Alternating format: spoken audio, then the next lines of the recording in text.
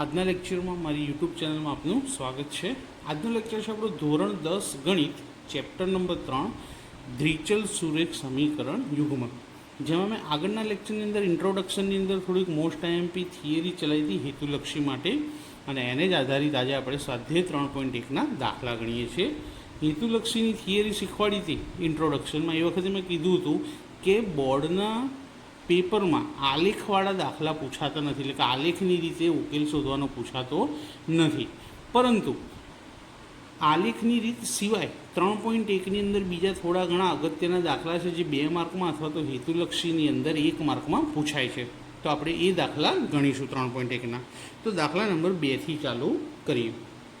દાખલા નંબર 2માં શું કીધું છે કે આપેલ સુરેખ સમીકરણ યુગ્મથી બનતી રેખાઓ એક બિંદુમાં છેદે છે કે સમાંતર છે અથવા સંપાતી છે, તેમ a1/a2, b1/b2 અને c1/c2 ગુણોત્તરોની તુલના કરીને નક્કી કરવાનું છે।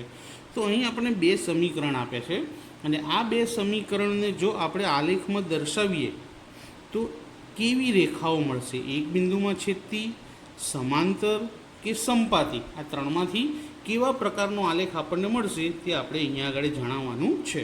તો સૌપ્રથમ આપણે શું કરીશું, આ જે બંને સમીકરણ છે એમાં પહેલા સમીકરણને 1 નંબર આપી દઈએ અને બીજા સમીકરણને 2 નંબર આપી દઈએ। પહેલા અને બીજા સમીકરણ પરથી સૌથી પહેલાં પહેલા સમીકરણ પરથી 3 કિંમતો મળશે, a1, b1 અને c1। a1 એટલે xનો સહગુણક કેટલો છે અહીંયા પહેલામાં 5, તો a1 બરાબર 5। b1 એટલે yનો સહગુણક, તો પહેલા સમીકરણમાં yનો સહગુણક કેટલો છે -4, માઇનસ હોય તો લખવું પડે, પ્લસ ના લખો તો ચાલે। c1 એટલે અચળ સંખ્યા ત્રીજા નંબરની કેટલા છે 8, કેવા પ્લસ એટલે ખાલી 8 જ લખીશું। તો જે રીતે પહેલા સમીકરણમાંથી a1, b1 અને c1 લખ્યા, એ જ રીતે બીજા સમીકરણ પરથી a2, b2 અને c2ની કિંમત આપણે લખી શકીએ। તો હવે તમે લોકો વિડીયો પોઝ કરીને પહેલાં a2, b2 અને c2ની કિંમત વિચારી લેજો શું આવે છે। તો a2 કેટલા આવશે 7, b2 કેટલા આવશે 6 અને c2 કેટલા આવશે -9।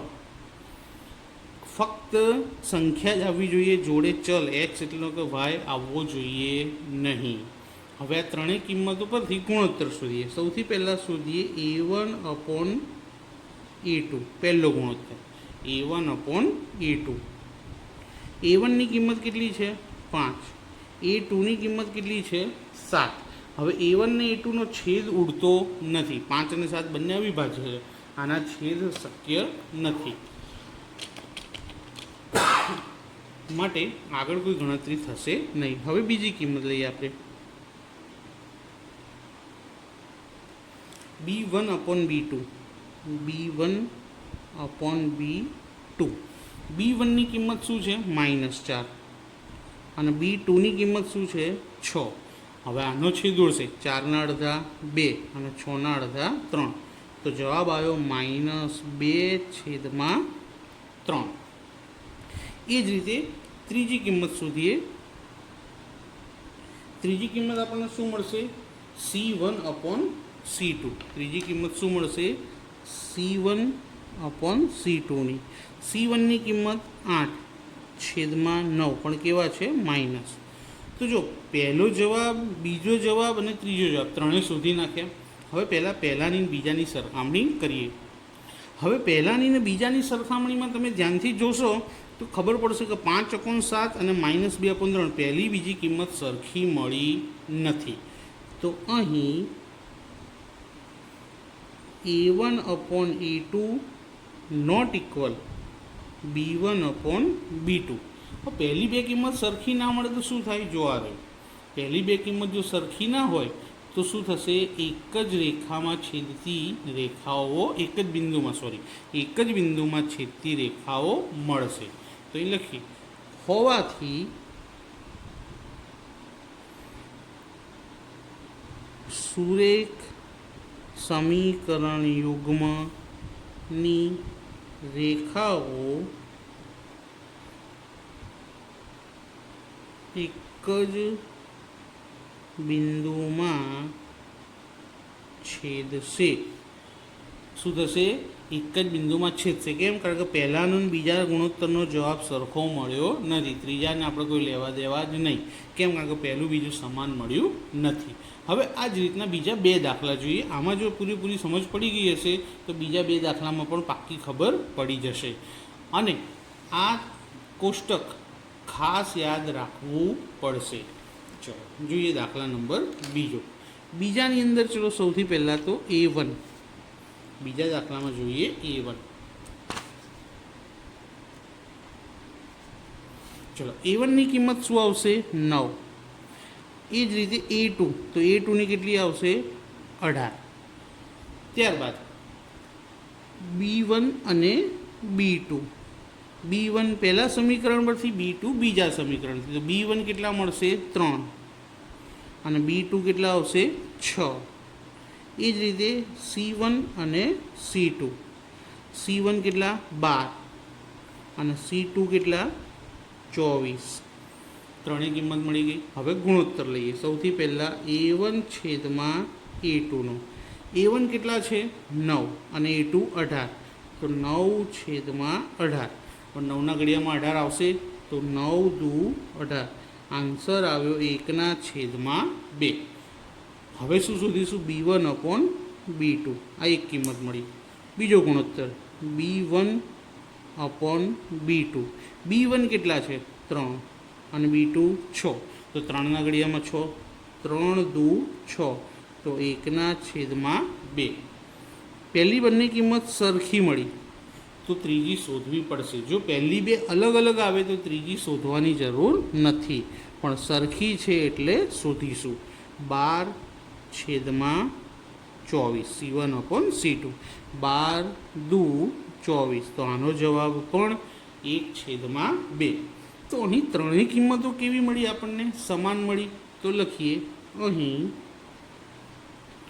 A1 અપોન A2 બરાબર B1 અપોન B2 બરાબર C1 અપોન C2 હોવાથી સુરેખ સમીકરણ યુગ્મની રેખાઓ સંપાતી મળશે. સંપાતી મળશે એટલે કે એક જ રેખા મળશે, બીજી રેખા મળશે નહીં. આ જ રીતે જોઈએ દાખલા નંબર ત્રીજો. Same process. સૌથી પહેલાં શું લખીએ? A1 અને A2. ચલો A1ની કિંમત શું થશે? 6 અને A2ની 2. એ જ રીતે B1 અને B2. B1 B2 વાયના સહગુણકો. તો B1ની કિંમત થશે -3. B2ની કિંમત અહીંયા એકલો વાય આપ્યો છે, આગળ કોઈ સહગુણક આપ્યો નથી. તો કોઈ સહગુણક ના આપ્યો હોય તો શું સમજવાનું? 1. તો વાયનો સહગુણક શું? -1. એટલે -1. કોઈ સંખ્યા ના આપી હોય ચલની આગળ તો 1 સમજી લેવાના. માઇનસ હતા એટલે -1 લખ્યો. હવે C1 અપોન C2 પણ એ પછી શોધીશું. પહેલાં કિંમત લખી દઈએ. C1 છે 10 અને C2ની કિંમત છે 9. હવે ગુણોત્તર શોધીએ. ચલો A1 છેદમાં A2. A1 કેટલા છે? 6 અને A2 કેટલા છે? 2. તો 6/2. હવે છેદ ઉડાડીએ. 2ના ઘડિયામાં 6 આવે. 2 તરી 6. છેદમાં કશું નથી વધ્યું તો શું લખી દઈએ? 1.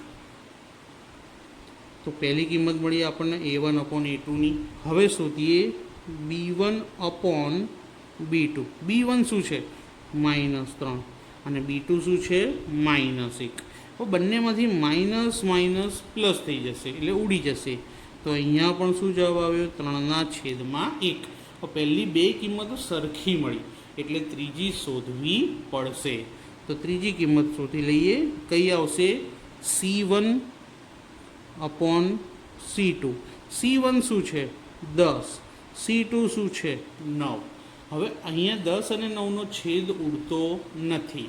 તો પહેલી બે કિંમત સરખી મળી પણ ત્રીજી કિંમત સમાન મળતી નથી.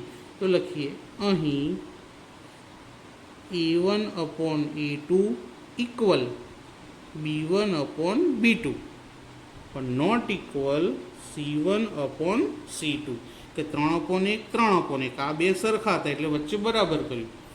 10/9 અલગ હતા એટલે વચ્ચે નોટ ઇક્વલ કર્યું હોવાથી સુરેખ સમીકરણ યુગ્મની રેખાઓ સમાંતર રેખાઓ મળશે. સમાંતર એટલે કે જે ક્યારેય છેદશે નહીં, માટે જો આ શરત આવે તો સમીકરણનો ઉકેલ મેળવી શકતા નથી. તો આજે આપણે અહીંયા આગળ લેક્ચર પૂરો કરીએ. સ્વાધ્યાય 3.1નો દાખલા નંબર 2 શીખ્યા આપણે.